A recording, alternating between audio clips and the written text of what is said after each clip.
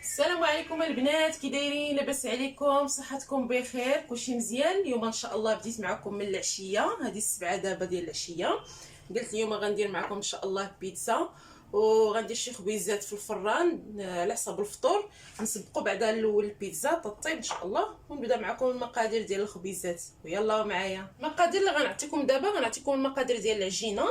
عندي هنا معلقه صغيره ديال السكر سنيده، عندي معلقه كبيره ديال الخميره ديال العجين، عندي هنا شويه الزعتر، عندي هنا 2 معالق كبار ديال زيت العود والملحه، وعندي هنا زلافه ديال دقيق الفرص.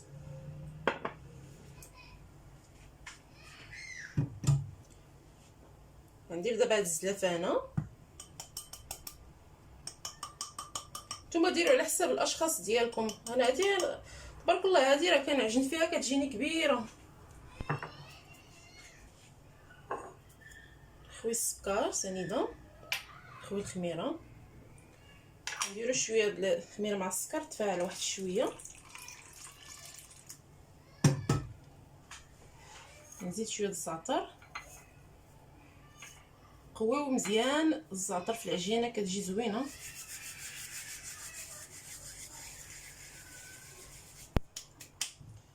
ندير الملحه،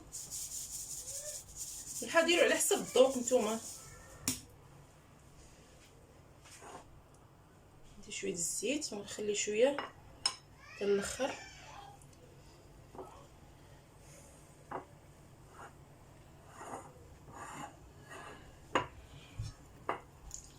ودابا نجمعوا العجينه مزيان. العجينه حاولوا ما تقصحوهاش، خليوها تكون شويه خفيفه باش تجيكم لاباط ديالها زوينه.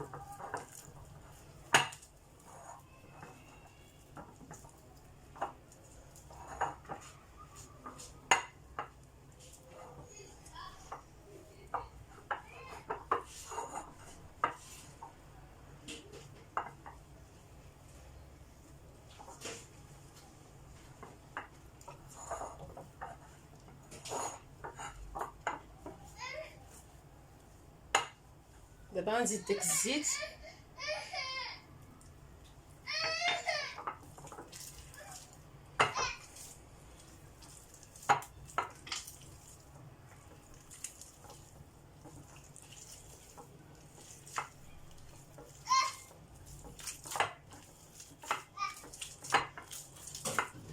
هاد الزيت الا خليتو فيها شويه حتى الاخر كتساعدكم كترطب العجينه مزيان، كتجي مفشفشه،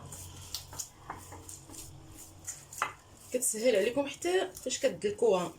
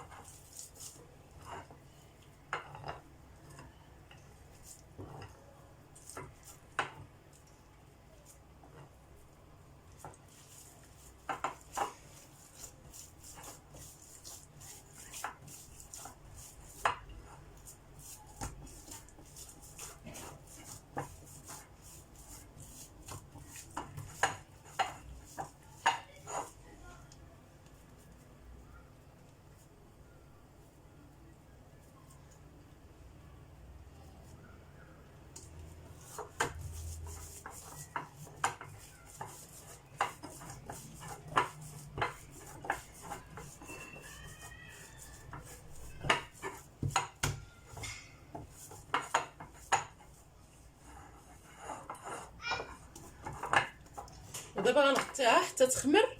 ويلا دابا نوجدوا لاصوص. لاصوص اللي عندي هنا، عندي مطيشه وغنزيد عليها شويه زيت العود،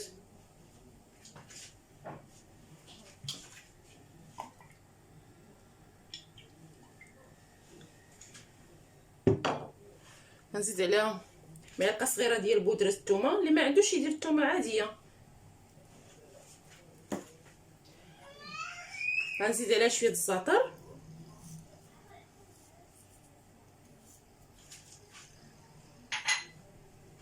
زيد شويه الملحه،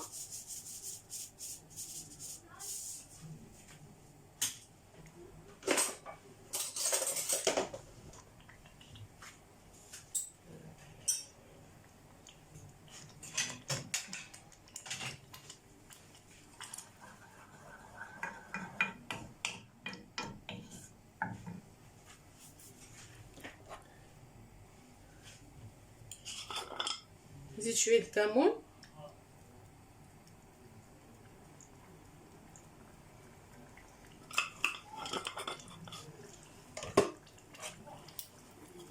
زيد شويه السكنجبير،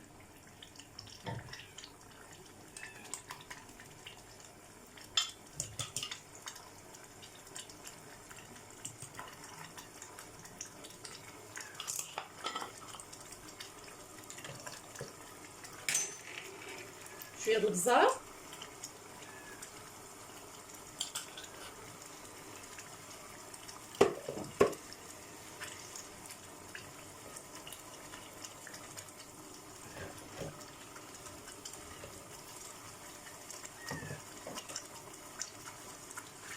نزيد شويه الخميره،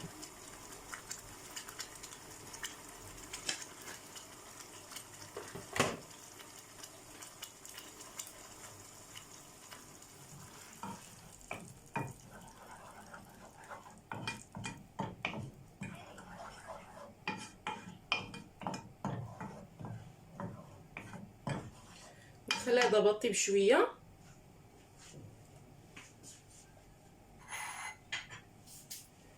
حتى طيب ليا لاصوص. من بعد ما خمرات ليا العجينه، ها هي خمرات، غندهن دابا الطاوه بالزيت،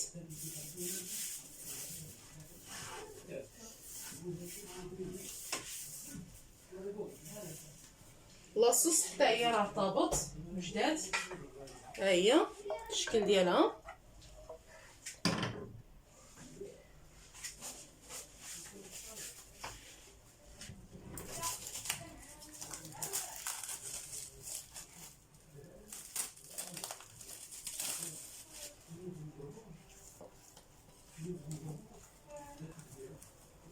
نويوها واحد شويه من الخميره،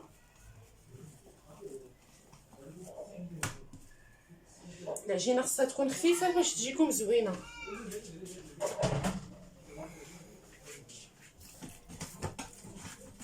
حاول قادة شويه هكا باش نجيبها مدوره، ستجي دائريه.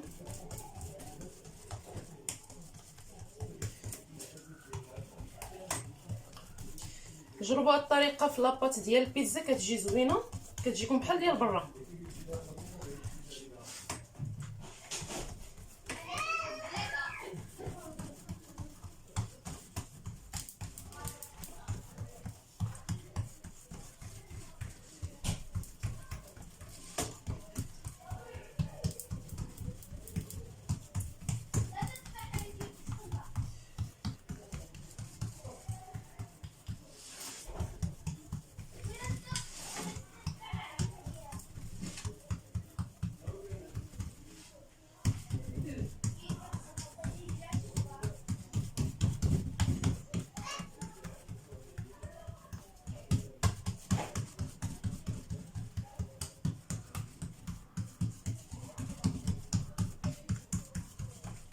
غير رقوها، ما تخافوا والو، راه باقي كتنفخ،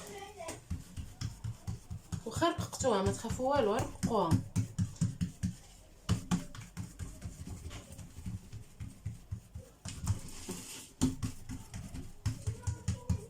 راه قلت لكم ديك الزلافه اللي كندير، راه تبارك الله ما شاء الله، راه كدير ليا الطاوه كبيره.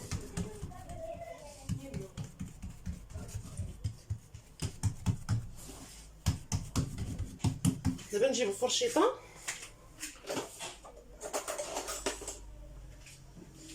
ونثقبوها،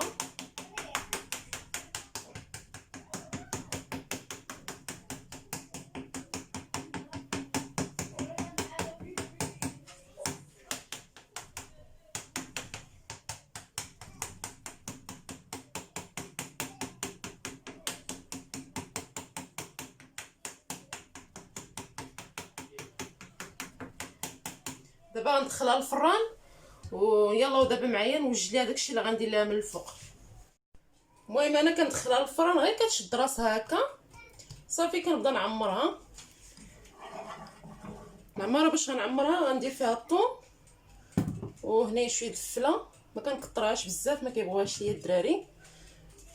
صافي عندي هنا الزيتون الكحل، عندي هنايا الفرماج الاحمر صافي. ولا الصوص غندير فيها دابا لاصوص.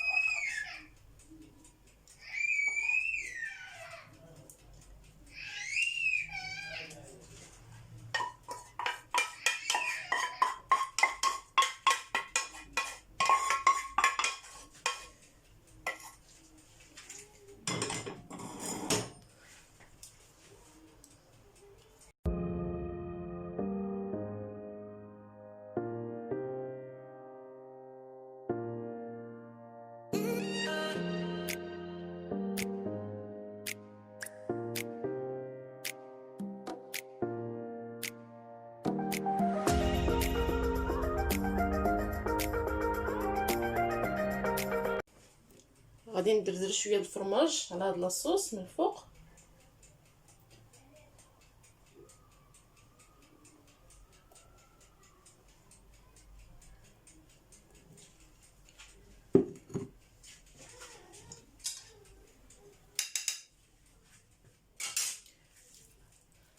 ندردر الطورطه هو. ضروري تخدموا بيديكم شويه باش تجيبوه متساوي فوق العجينه.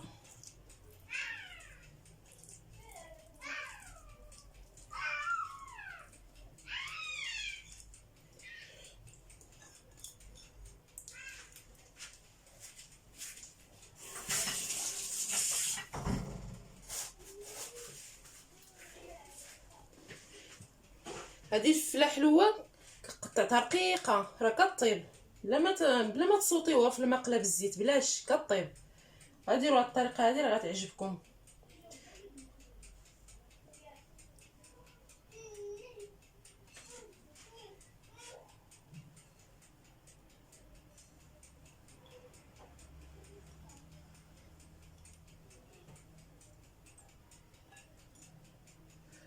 مبقاتش ليا ديال الخضره، بقات ليا فيها غير شويه، غير نزوق بها وصافي.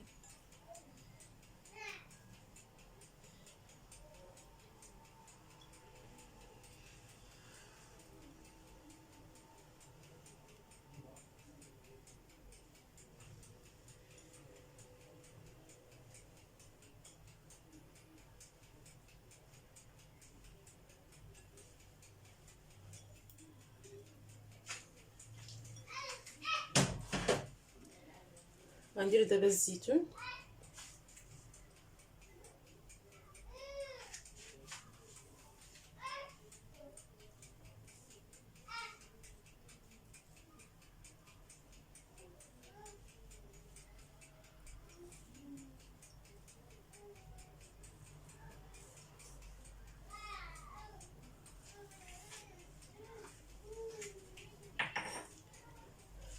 هاد الفرماج اللي بقى ليا ما غاديش نديرو حتى طيب ليا البيتزا. ملي طيب ليا البيتزا نخوي عليها من الفوق كيذوب غير مع ديك الصاد ديالها صافي، ونخرجها حتى تطيب ان شاء الله ونوريكم الشكل النهائي ديالها. دابا خليت البيتزا ديالي كطيب. دابا غنعجن معكم الخبيزات اللي قلت لكم ديال الفطور. عندي هنايا زلافه ونص ديال الفورس وزلافه ديال الحرش، راه عبرتها بهاد الزلافه غير خويتها هنايا. عندي هنا معلقه كبيره ديال السكر سنيده، معلقه كبيره ديال الزيت ليسيور، عندي معلقه كبيره ديال الخميره ديال العجين، عندي هنايا شويه ديال الملحه، عندي هنايا الشوفان للتزيين. يلا دابا نعجنوا العجينه. دابا نخوي الدقيق هنا،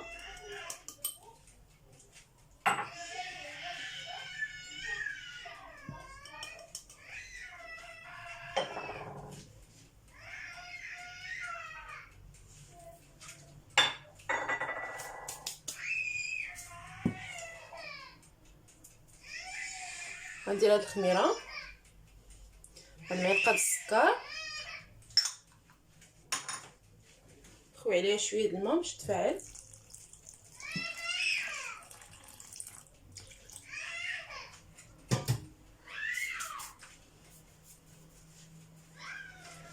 غنزيد الزيت،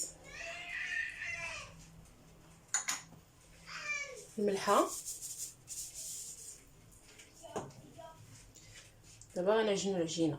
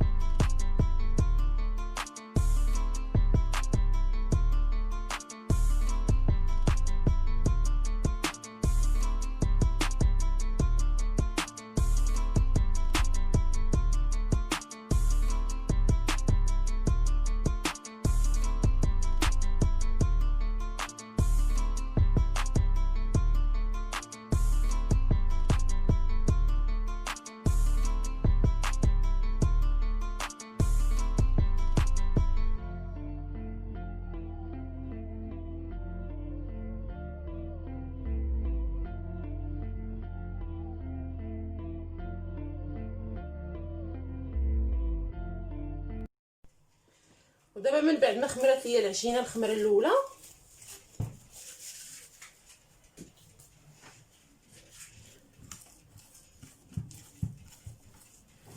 كتخليوها تقريبا غير واحد 10 دقائق، ماشي تخليوها تخمر بزاف عاوتاني، غير شويه. كتحسوا بها جايه تخمر صافي كتبداو تقرصوا فيها وكتدهنوا الطاوه ديالكم بالزيت. غنوريكم دابا الطريقه باش غادي نخدم. ضروري دهنوا يديكم شويه د الزيت حتى تشكلوا كويرات بحال قد هكا تقريبا.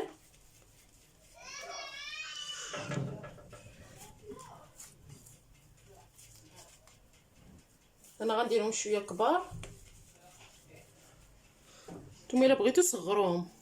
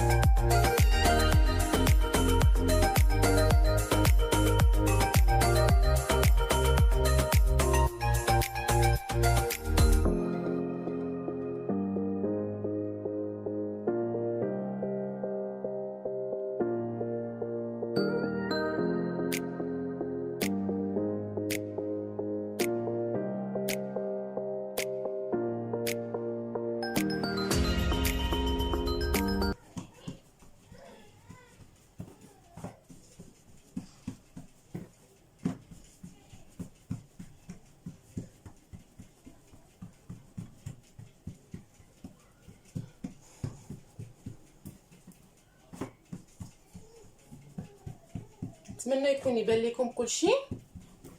راه كنحاول مع الكاميرا باش يبان لكم كلشي.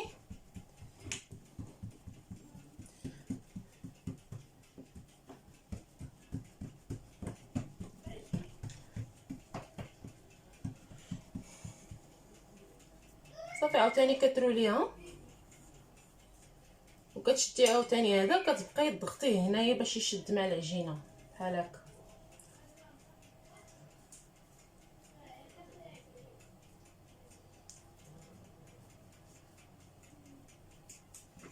وتبقاي دير لها بحال هكا شويه، من بعد عاوتاني بسطيها بحال هكا، حطيها في الطاوه.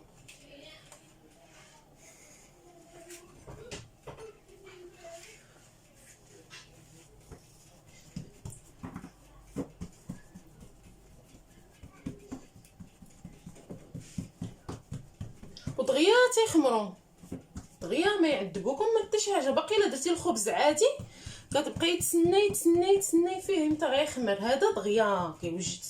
الا كنتي كاع زربانه ديري هذا دغيا. انا شي مرات فاش كنكون مزيره في الخبز كنعجن هادو دغيا كيوجدوا ليا دغيا. تبعوا غير هاد الطريقه اللي درت معاكم وراه تنجح معاكم.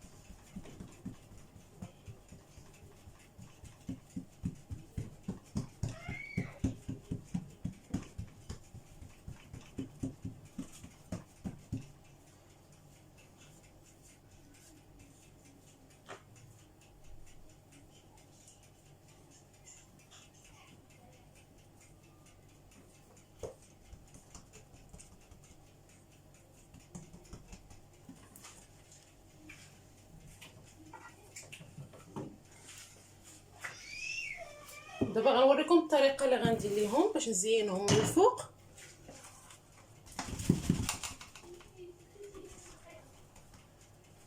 حاولوا قادوهم مزيان باش ما يجيوش معوجين.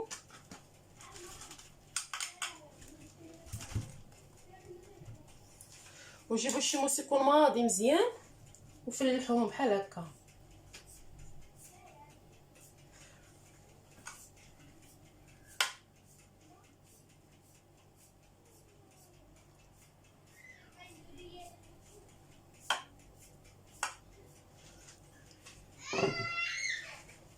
وغتجيبي بانسو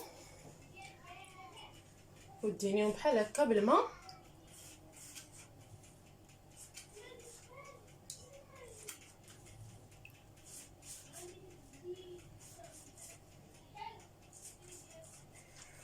وترشي عليهم هذا الشوفان. انا درت لهم الشوفان، كندير فيهم مره زنجلان، مره ما كندير فيهم والو، كنشد دقيق الحرش وكنرشوا عليهم من الفوق وكيجيو زوينين.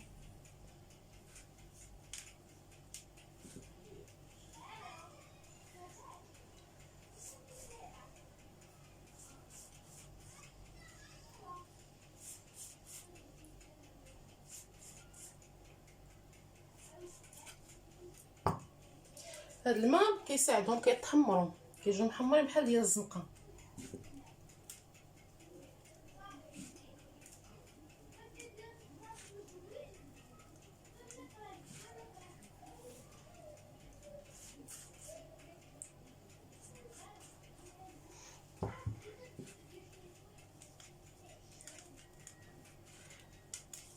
صافي باش نزينوهم بحال هكا ما ندخلهمش الفران، نخليهم حتى يخمروا،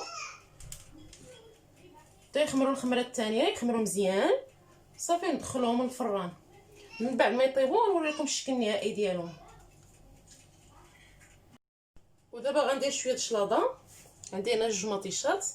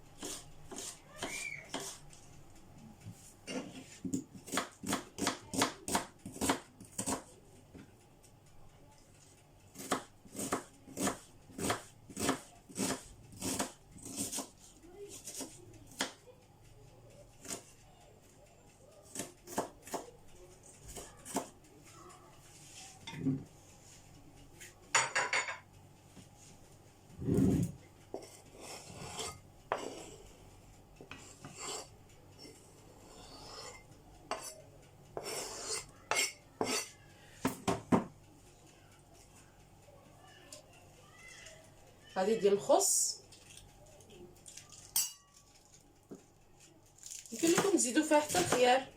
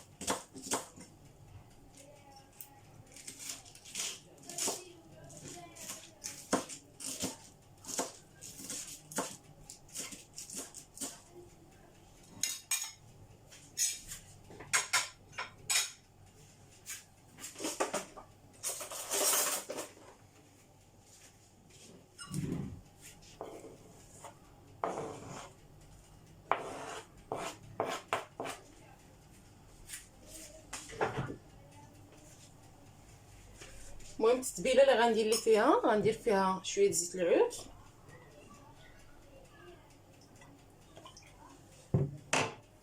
غندير فيها شويه الكمون، هذا قزبر يابس،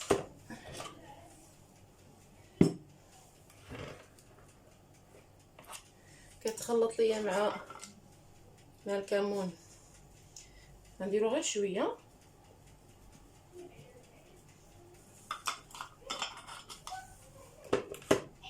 ندير شويه د البزار،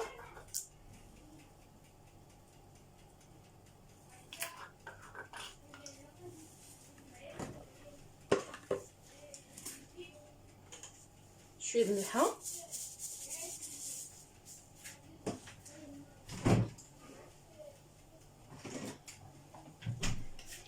شويه د الخل،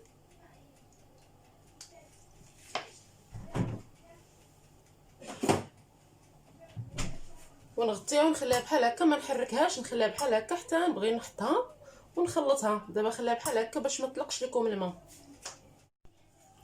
وهذا الشكل النهائي ديال البيتزا ديالي من بعد ما خرجتها من الفران.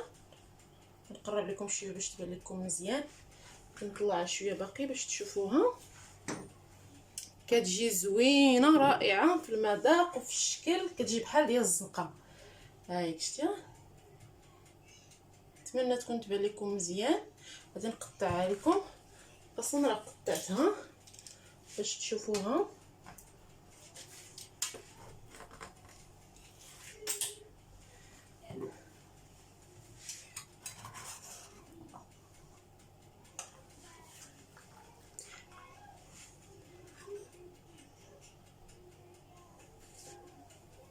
هاهي شتيها، كتجي رقيقه لاباط، كتجي بحال ديال برا.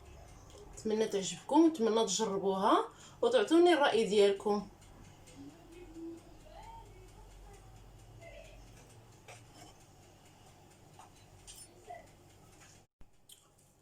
والخبيزات ديالي من بعد ما طابوا، ها الشكل النهائي ديالهم كيفاش كيخرجوا. نتمنى يعجبكم وتوجدوا لوليداتكم. انا كندير لهم هذا الخبيز مره بحال هكا، كنديروا لهم مره في الكوتي مره في الفطور، كيكون زوين. نتمنى يعجبكم. وهذه الشطه ديالي المرافقه ديالي مع البيتزا، وكنشكركم بزاف على المشاهده ديالكم، ونتمنى الفيديو ديال اليوم يعجبكم، وكنشكركم بزاف على التواصل ديالكم. وبسلامه عليكم حتى الفيديو الجاي ان شاء الله.